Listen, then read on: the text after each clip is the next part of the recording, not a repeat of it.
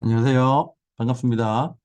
작년 성경 통독 강의로 다시 한번 찾아뵙게 돼서 감사드립니다. 저희가 지난번에까지는 마태복음 지금 다 읽고 계시죠? 그래서 이번부터는 또 마가복음 또 읽어 나가실 텐데 작년 성경 통독 계속적으로 끝까지 완주하시기를 다시 한번 축복드립니다.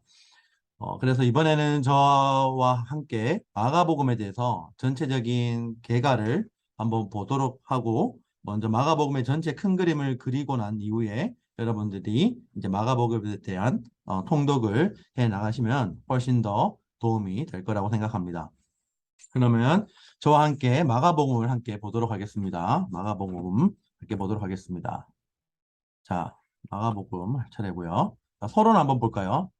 네. 지금 마태복음까지 지난번에 여러분들이 강의를 들으셨을 겁니다. 그래서 오늘은 저와 마가복음에 대해서 한번 보도록 하겠습니다. 자, 그다음에 네. 마가복음은 이제 사복음서 중에 들어가는 책이죠. 그래서 네 복음서 중에서 두 번째에 해당하는 책입니다. 사복음서가 뭐죠? 네, 마태, 마가, 누가, 요한복음 이 네 가지를 가리켜서 사복음서라고 합니다. 그 중에 두 번째 책이고요. 그래서 신약 성경의 줄거리를 전해주는 다섯 권의 역사서 중에 또한 두 번째 책이기도 합니다. 자, 그러면 한번 볼까요? 이제 저자에 대해서 한번 보도록 하겠습니다. 마가복음의 저자는 누구죠? 네, 마가 요한입니다. 마가복음의 저자는 마가입니다. 그래서 초대교회사에 마가 요한이 마가복음을 썼다는 일치되는 증거가 있고요. 그다음에 네, 성경에 등장하는 마가와 관련된 인물들에 대해서 한번 볼까요? 그래서 사도행전 12장 12절에 보면 어머니 마리아는 큰 집을 소유하고 있었다라고 합니다. 그래서 마가의 어머니는 마리아라고 사도행전 12장에 기록하고 있고요. 네, 바나바. 네, 바나바는 바로 마가의 사촌입니다. 그것이 골로새서 4장에 기록되어 있습니다. 보겠습니다. 그리고 베드로는 마가를 가리켜서 내 아들 마가라고 베드로 전서에서 이렇게 부릅니다. 네, 그만큼 아끼고 사랑하는 어, 사람이었다라는 거죠. 베드로가 그만큼 마가를 아꼈다라는 겁니다. 그리고 바나바와 사울이 예루살렘에서 안디옥으로 돌아갈 때와 1차, 2차 전도 여행 때 함께 한 사람이 바로 마가입니다. 기록 연대와 배경을 볼까요? 자, 사복음서 중에 뭐라고 하죠? 첫 번째로 쓰였습니다. 네, 마태, 마가, 누가, 요한복음 중에 마가복음이 마태복음이 아니라 마가복음이 가장 먼저 쓰였습니다. 그리고 연대는 정확하게 알 수 없는데 이제 알렉산드리아의 클레멘트가 마가는 로마 사람들에게서 베드로의 설교를 기록해 달라는 부탁을 받았다라는 것을 볼 때 주후 61년과 67년 사이에 마가가 베드로와 로마에서 친하게 지낼 당시에 기록되었을 것입니다. 라고 우리가 추정할 수 있습니다. 자, 보겠습니다. 자, 그리고 이 마가복음은 로마인을 독자로 염두하고 기록을 했습니다. 그래서 이방인들에게는 무의미했을 내용을 전혀 기록하지 않았다라고 하죠. 그래서 로마인을 독자로 염두하고 기록했다는 거 보시면 되고, 마가는 특별히 아람어를 번역했고요. 그리고 헬라어 대신 라틴어를 사용했다고 합니다. 네, 물어보시면 되겠습니다. 자, 마가복음의 특징을 한번 볼까요? 마가복음의 특징은 사복음서 중에서 가장 짧고 간단합니다. 그리고 서론이 굉장히 짧은 특징이 있죠. 그리고 보시면 행동의 책입니다. 네. 보시면 한국어 성경에는 다 나와 있지 않는데 즉시라는 단어, 네, 이 즉시라는 단어가 원어 성경에는 네, 이 헬라어 성경에는 약 41번이 나온다고 합니다. 보시면은 네. 행동의 책, 즉시라는 거, 네, 보시면은 계속 우리가 이 단어를 씀으로 인해서 즉시 뭔가 행동을 한다라는 것을 굉장히 잘 드러내죠. 그래서 보시면 되겠고요. 그래서 역사적 현재 시제를 151번 사용하고 있습니다. 그래서 역사적 현재 시제를 151번이나 사용하고 있다는 거 보시면 되고, 자, 복음서에 기록된 35개의 기적 가운데 18개가 마가복음에 기록되어 있습니다. 여러분들 굉장히 많은 숫자죠? 제가 아까 복음서가 사복음서라고 했잖아요. 그래서 사복음서에 기록된 35개의 기적 가운데 네, 18개가 마가복음에 기록되었다라는 것은 거의 절반이 마가복음에 기록되었다라는 것입니다. 그래서 기적에 대한 내용들이 굉장히 마가복음에 많이 나온다라는 거 기억해 주시면 좋겠습니다.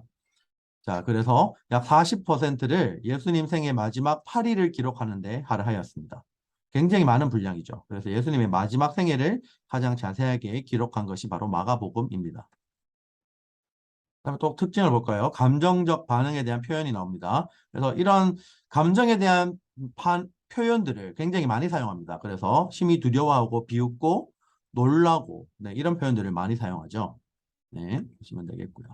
자, 한번 전체적인 어떻게 구성되어 있는지 한번 마가복음을 보도록 하겠습니다. 자, 보시면 구성을 보시면은 무리를 섬기는 종, 네, 8장 26절까지 그리고 그 뒤에는 제자들을 섬기는 종, 세상을 위해 고난받는 종, 부활하신 종 이렇게 네 가지로 네 파트로 나눌 수도 있고요. 초점을 보시면은 이게 크게 두 가지로 나눌 수도 있습니다. 섬기는 종 그리고 고난받는 종 이렇게 할 수도 있고요. 또 강조되는 점을 봤을 때 섬김과 또 여기까지는 또 고난과 희생 이 두 가지 부분으로도 나눌 수 있을 것입니다.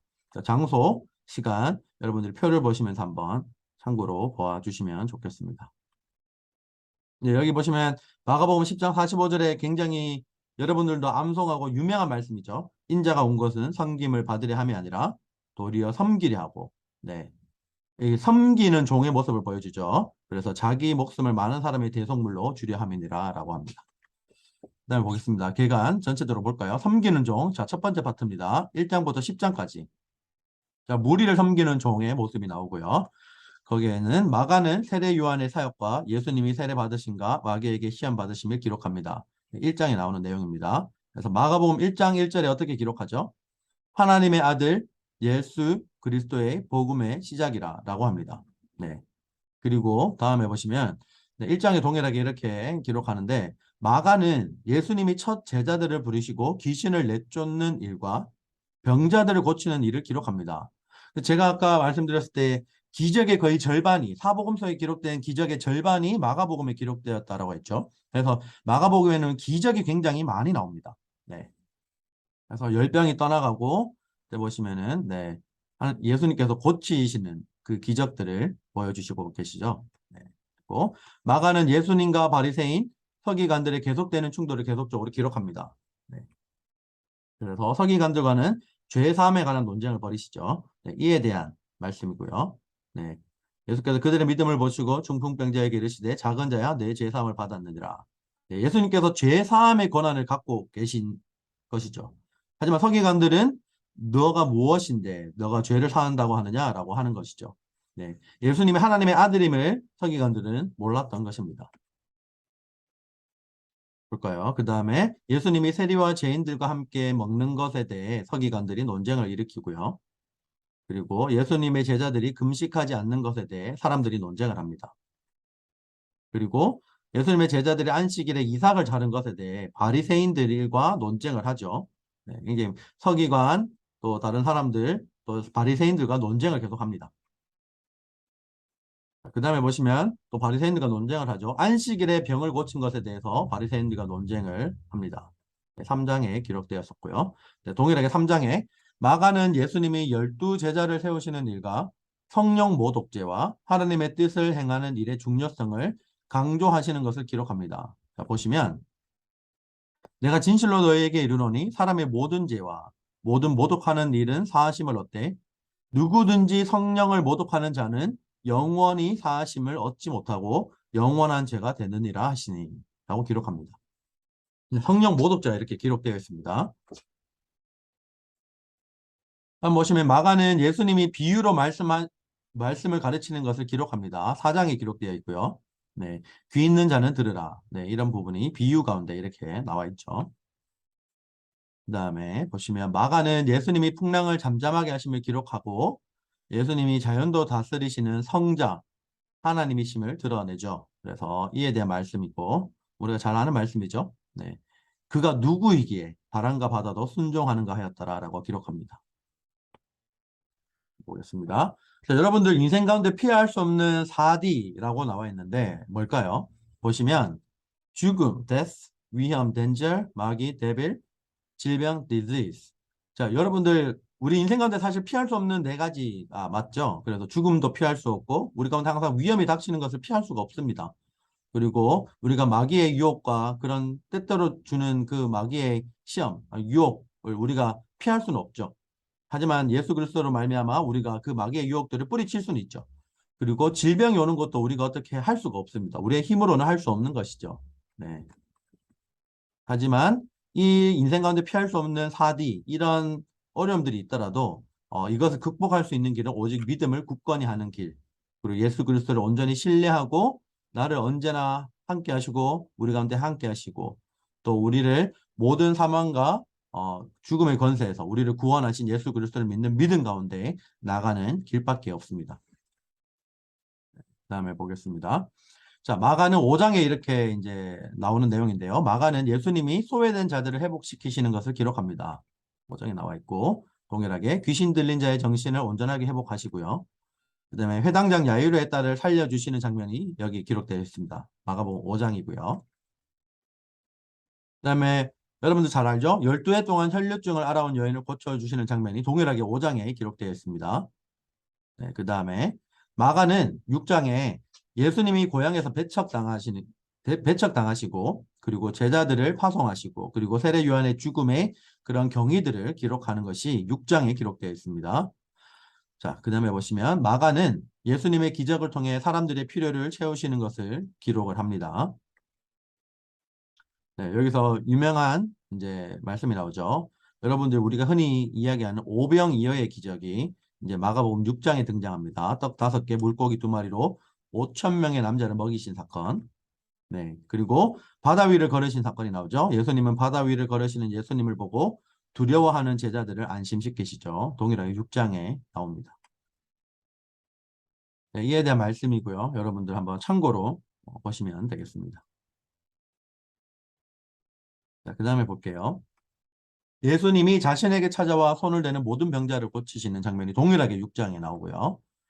네, 7장부터는 마가는 이제 예수님이 사람들이 만든 전통을 지키는 것보다 하나님의 계명을 지키는 것이 더 중요하다고 가르치는 것을 기록을 합니다. 7장에 나와 있고요. 네, 이에 대한 말씀입니다. 네. 보시면 이렇게 기록하죠. 너희가 하나님의 계명은 버리고 사람의 전통을 지키느니라 라고 합니다. 하나님의 계명을 지키는 것이 더 중요하다라고 가르치는 것이죠. 넘어가겠습니다. 예수님은 지속적인 병 고침과 기적으로 권세를 드러내시죠. 이에 대한 내용을 보시면 수로보니게 여인의 믿음을 보시고 그녀의 딸을 고쳐주십니다. 그래서 네, 이에 대한 말씀 한번 참고로 보시면 되겠습니다. 그 다음에 귀먹고 말 더듬는 자를 고쳐주시는 장면이 나오고요. 그리고 4천 명을 먹이신 장면 마가복음 8장에 나옵니다. 그리고 제자들에게 바리새인들에 대해서 경고하시는 장면이 또 나오고요. 맹인을 고쳐주시는 장면 동일하게 8장에 나옵니다. 자, 그 다음에 보실까요? 자, 8장 27절부터 제자들을 섬기는 종의 모습을 기록하고 있습니다. 그래서 이에 대한 말씀 한번 참고로 보시면 되겠습니다. 자, 마가는 예수님의 정체성에 대한 베드로의 고백과 제자도에 대해 말씀하신 것을 기록합니다. 볼까요? 네. 유명한 말씀이죠. 한번 보겠습니다. 무리와 제자들을 불러 이르시되 누구든지 나를 따라오려거든 자기를 부인하고 자기 십자가를 지고 나를 따를 것이니라 라고 기록합니다. 이것이 진짜 제자의 모습이라는 것이죠. 한번 보겠습니다. 자, 마가는 변화산 사건과 예수님이 귀신 들린 아이를 고치시는 사건을 기록합니다. 네, 9장에 나오고요. 네, 마가는 예수님의 죽음에 대한 두 번째 언급과 제자들을 향한 가르침을 기록합니다. 네, 그리고 네, 자, 그 다음에 보겠습니다. 두 번째 파트, 고난받는 종의 모습, 11장부터 16장까지 네, 이제 나오는 내용입니다. 자, 세상을 위해 고난받는 종의 모습이 나오죠. 11장부터 15장까지 내용을 보겠습니다. 자, 마가는 예수님께서 예루살렘에 입성하셔서 무화과 나무를 정제하시고 성전 정화를 하시는 것을 기록합니다. 이게 11장에 나오는 내용이고요. 12장에는 마가는 이제 예수님의 포도원 일꾼의 비유와 지도자들과의 논쟁을 기록합니다. 12장에 있고요. 자, 13장에 보시면 예수님이 종말에 대비하여 제자들에게 감난상 강화를 하시는 것을 기록합니다. 13장에 있고요.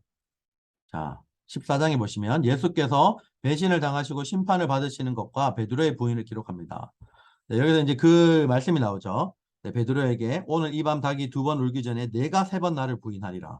네, 베드로가 예수님을 부인할 것에 대해서 예수님께서 예언하시는 장면입니다. 14장에 나옵니다. 네, 한번 볼까요? 베드로가 실패한 이유에 대해서 이렇게 나옵니다. 여러분들 베드로가 예수님께서 너가 닭이 울기 전에 세 번 나를 부인할 것이다라고 말씀하셨을 때 베드로가 이제 극구 부인하죠. 자기는 절대 그럴 일이 없다라고 베드로는 그렇게 이야기를 합니다. 자신이 절대 그렇게 예수님을 배신하거나 혹은 예수님을 부인할 이유가 없다. 절대 그렇게 하지 않을 것이다라고 호언장담하지만 결국은 실패하죠. 그 실패한 이유를 한번 볼까요? 베드로가 너무 자만했었습니다. 그리고 베드로가 기도하지 않았고 하나님의 말씀을 너무 늦게 생각했죠. 그래서 우리가 베드로의 모습을 보면서 항상 하나님 앞에 겸손하게 엎드리고 언제나 우리도 넘어질까 두려워하는 마음으로 항상 하나님과 더 가까이 나아가는 우리가 되기를 바랍니다. 자, 15장 한번 볼까요? 15장은 마가는 예수님의 매 맞으심과 십자가형을 기록합니다. 네. 그리고 예수님의 순환 주간의 사건은 다음과 같습니다. 보시면은 주일부터 주일까지 쭉 이렇게 나와 있죠. 예수님의 순환 주간의 사건은 이제 다음과 같습니다. 그래서 보시면 쭉 여러분들이 한번 이 부분은 뭐 사진을 찍어도 좋으시고 한번 이렇게 딱 이 부분이 어떻게 이제 쭉 흘러가는지 한번 봐주시면 좋겠습니다. 또 승리 입성하는 게 있고 뭐 무화과나무에 대한 성전 청결도 월요일 있죠. 그리고 최후의 만찬이 목요일입니다. 그리고 주일날 예수님께서 부활하시고 제자들에게 나타나시는 이런 쭉 사건들이 기록되어 있습니다. 그 다음에 넘어가 볼까요? 자, 16장에 보시면은 부활하신 종에 대해서 이 모습이 나옵니다. 부활하신 종에 대해서 이 모습에 대해서 한번 보도록 하겠습니다. 자, 보시면 마가는 예수님이 부활하셔서 여자들과 마리아와 두 제자에게 나타나심을 기록합니다. 그래서 16장 보시면 예수님이 이제 부활을 하셔서 여자들과 마리아 그리고 두 제자에게 나타났던 것을 16장 1절부터 13절까지 기록합니다. 그리고 그 이후에는 예수님이 제자들에게 나타나시죠. 그리고 만민에게 복음을 전파하라는 명령을 기록합니다. 다음 보겠습니다. 종으로 오신 예수님의 모습이 나오죠. 자, 10장 45절에 보시면 이렇게 기록하죠. 인자가 온 것은 섬김을 받으려 함이 아니라 도리어 섬기려 하고 자기 목숨을 많은 사람의 대속물로 주려 함이니라 라고 기록합니다. 그래서 예수님께서 종으로 섬기기 위해서 이 땅 가운데 오셨다라는 것을 기록하고 있죠. 자, 그 다음에 보겠습니다. 제자도에 대해서 어떻게 말하는지 볼까요? 나를 따라오라 라는 도전을 주시죠. 그리고 예수님이 제자들을 선택하시고 그들과 함께 계시고 또 보내시는 제자도의 원리를 설명을 합니다. 소개를 하죠. 3장에 나오는 내용이고 네, 진정한 제자는 하나님의 뜻을 따르기 위해 예수님과 함께하며 분명한 목적을 갖고 모든 것을 포기해야 한다고 가르칩니다. 네, 3장 35절에 나오는 내용이고요. 그래서 예수님을 따라가는 그 제자로서의 삶이 어떤 삶인지 그리고 진짜 제자는 무엇을 해야 하는지 예수님께서 말씀으로 또 실제적인 말씀으로 그리고 그 삶의 모습으로 제자의 삶을 보여주시죠. 네. 그래서 제자는 자신의 간신사를 버리고 예수님을 위해 목숨 바칠 준비를 해야 한다는 것이죠. 네, 8장에 이렇게 나와 있습니다. 그리고 제자는 권력이나 명예가 아닌 자신의 희생과 겸손으로 위대함을 측정합니다. 네, 그래서 예수님의 제자로 살아간다는 것이 쉽지가 않습니다. 네, 누구나 제자로 살아갈 수 있는 것은 아니죠. 하지만 우리가 예수님의 제자로 살아가기를 사모하고 또 소망하고 그렇게 예수님의 제자로 살기를 갈망하고 또 그렇게 훈련되어져 가야 합니다. 네. 그리고 제자는 비록 모든 것을 포기했지만 세상이 줄 수 없는 풍성한 상급을 받게 됩니다. 이러한 하늘 소망이 있기 때문에 달려갈 수 있는 것이죠. 자, 볼까요? 믿음과 불신의 대조에 대한 내용들이 또 이제 마가복음의 주제로 또 나와 있습니다. 한번 볼까요? 예수님의 권위 있는 가르침에 대한 사람들의 반응이 나옵니다. 그리고 종교 지도자들의 반응이 나오죠. 아까 보셨지만 서기관들 혹은 바리새인들과의 논쟁하는 장면들이 많이 등장해요. 그래서 예수님의 권위 있는 가르침에 그들은 저 사람이 무엇이 간대, 누구 간대 이렇게 가르치느냐, 죄를 사하는 능력이 있느냐라고 하는 것이죠. 네, 그 다음에 보겠습니다. 네, 목적을 보시면 예수님을 섬기러 오시고 고난 당하러 오신 하나님의 아들로 드러내기 위함입니다. 그래서 이 마가복음을 기록한 목적을 보시면 예수님을 섬기러 예수님께서 이 섬기로 이 땅 가운데 오셨고 예수님은 고난 당하기 위해서 하나님의 아들로 이 땅 가운데 오심을 드러내기 위한 목적으로 마가복음이 쓰여졌습니다. 그리고 보시면 고난 가운데 있는 로마의 그리스도인들을 격려하기 위함으로 마가복음이 기록되었습니다. 그래서 로마의 그리스도인들을 대상으로 하고 있다는 거 네, 기억해 주시면 되겠습니다. 다음 내용을 볼까요? 한번 핵심 구절을 한번 보겠습니다. 마가복음을 보시면 마가복음 10장 45절에 네, 너무나 유명하고 또 우리가 많이 암송하기도 하고 잘 아는 말씀이죠. 그래서 보시면 인자가 온 것은 섬김을 받으려 함이 아니라 도리어 섬기려 하고 자기 목숨을 많은 사람의 대속물로 주려 함이니라 라고 기록합니다. 마가복음 10장 45절에 기록되어 있습니다. 네, 다시 한번 읽어볼까요? 네, 중요한 말씀이니까 한 번 더 읽도록 하겠습니다. 인자가 온 것은 섬김을 받으려 함이 아니라 도리어 섬기려 하고 자기 목숨을 많은 사람의 대속물로 주려 함이니라 라고 기록합니다. 자, 그 다음 보겠습니다. 자, 적용점을 한번 볼까요? 마가복음은 종으로 오셔서 종의 모범을 보여주신 예수님을 소개함으로써 우리로 하여금 종의 태도를 갖고 섬기면서 살아가라는 교훈을 줍니다. 그래서 예수님이 많은 사람의 속전으로 네, 대속물로 자신의 생명을 내어주신 것처럼 우리도 다른 사람들을 섬기기 위해서 우리에게 주어진 것을 투자함으로써 사람들을 구원하며 섬겨야 합니다. 그래서 어떻게 다른 사람들을 우리가 섬길 수 있을까라는 적용을 할 수 있는 것이죠. 그래서 한번 어떻게 적용점을 한번 계속 보도록 하겠습니다. 자, 가장 먼저 해야 될 것은 당신이 종이라는 분명한 정체성을 인식해야 합니다. 그래서 당신이 종이라는 분명한 정체성을 인식할 때 우리가 어떤 정체성을 인식해야 되는지 한번 보도록 하겠습니다. 네, 우리가 누구고 우리가 누구의 사람인가에 대한 정체성을 명확히 알지 못하면 우리는 지속적으로 섬길 수 없습니다. 그래서 종이 된다고 한다는 것은 우리 자신의 권리가 아무것도 없다는 것을 인식하는 것이고 우리가 궁극적으로 주인 되신 주님께 책임을 져야만 한다는 것을 인식하는 것을 의미합니다. 그래서 우리의 삶은 우리 자신의 것이 아니며 주님을 위해 살도록 그분의 선하심과 사랑에 의존하도록 부름을 받았습니다. 그래서 우리는 종이고 네, 예수 그리스도 하나님은 우리의 주인이심을 우리가 항상 인식하고 살아가야 한다는 것이죠. 그래서 항상 복음의 빚진 자로 종의 모습으로 우리가 살아가야 합니다. 그래서 보시면 섬김의 대상이 어떤 특정한 사람이 아니라 모든 사람이라는 것을 받아들여야 합니다. 그리고 세 번째 보시면 섬길 수 있는 섬김의 장을 선택하고 정기적으로 참여해서 섬겨야 합니다. 네, 그 다음에 한번 보겠습니다. 네, 찰스 스윈돌이라는 미국의 굉장히 유명한 사역자이자 목회자이자 목사님이시죠. 그래서 찰스 스윈돌 목사님은 이렇게 말씀을 하셨습니다. 예수님은 우리의 섬김의 모델이다. 그분이 우리의 섬김의 모델이라면 섬김의 도는 우리의 삶의 방법이다. 섬김의 도가 우리의 삶의 방법이라면 사람들은 우리의 사역, 즉 섬김의 대상이다. 사람들이 우리의 사역이라면 그들을 섬기는 수단은 섬김에 참여하는 것이다 라고 하였습니다. 그래서 예수님 우리의 섬김의 모델이고 그리고 섬김의 그 도는 우리의 삶의 방법이 되어야 한다는 것이죠. 그리고 항상 사람들이 우리의 사역이라면 우리는 섬김에 항상 참여하는 사람들이 되어야 한다고 말합니다. 네. 그리고 또 보시면 소경 바디메오의 이름이 기억되고 소경 바디메오의 이름이 나오죠. 그리고 그의 이름이 복음서에 기록된 것은 예수님께서 그 안에 있는 그의 믿음을 보셨기 때문이죠. 네, 이에 대한 말씀 참고로 보시고 네, 그의 믿음 어떤 믿음이 있는가 한번 보겠습니다.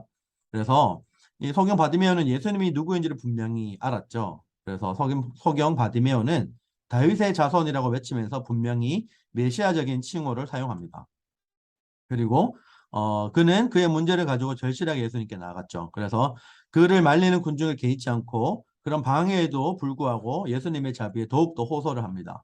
네, 그리고 세 번째 보시면 그는 그의 전 재산인 겉옷을 버려두고 예수님에게 나아갑니다. 그래서 겉옷을 소유한 거지는 많지 않았고 그에게 장애물이 될 수 있는 겉옷을 버려두고 간절한 마음으로 예수님께 나아갔죠. 그래서 그는 겉옷을 버려두고 예수님께 나아가는 그 간절한 마음, 정말 하나님 앞에 예수님 앞에 나아가고자 하는 그 간절한 마음이 있어야 된다는 것이죠. 그래서 우리가 하나님 앞에 예수님 앞에 나아갈 때는 간절한 이러한 모습으로 나아가야 한다는 것입니다.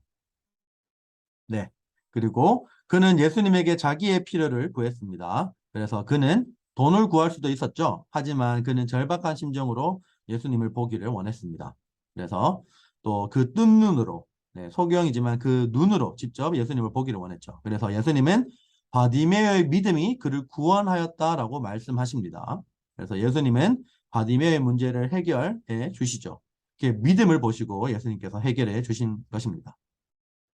네. 그래서 우리 가운데 마지막으로 봐야 할 것은 우리 가운데 해결해야 할 문제가 있는지 한번 돌아볼 수 있으면 좋겠습니다. 그렇다고 한다면 문제를 앓고 소경 바디메어처럼 절박한 심정으로 예수님께 나가야 할 것이고, 그리고 끝까지 포기하지 말고 지속적으로 나아가야 하는 것이죠. 우리가 때로는 어떠한 기도 제목이 있더라도 기도를 조금만 하다가 금방 포기하거나 지치게 돼서 이제 그 기도를 그만두게 되는 경우가 많이 있습니다. 하지만 우리가 정말 절박한 심정으로 포기하지 않고 끝까지 하나님 앞에 기도하고 나아간다면 하나님께서 반드시 우리의 기도에 응답하실 줄 믿습니다. 네. 그리고 장애가 되는 것이 무엇이든지 버리고 나아가야 하고요. 예수님께 나아가는데 때로는 무겁거나 짐이 되는 것들은 다 내려놓고 예수님께 나아가야 하는 것이죠. 네. 이렇게 해서 이제 저희가 다 보았습니다. 음, 여러분들 이제 마가복음 또 이번 주부터 계속 또 읽어 나가실 텐데 저희가 함께 또 이번 주 저랑 함께 본 마가복음의 개관을 다시 한번 기억하시면서 또 하나님이 그 시시각각 주시는 하나님의 메시지를 여러분들이 꼭 발견하실 수 있기를, 그리고 그 안에 하나님이 주시는 은혜가 여러분들 가운데 넘치기를 축복드립니다. 그러면 저는 또 다음에 또 성경 통독 저희 차례가 올 때 함께 찾아뵙도록 하겠습니다. 끝까지 포기하지 마시고 성경 통독 끝까지 완주하시길 바랍니다. 감사합니다. 다음에 또 뵙겠습니다.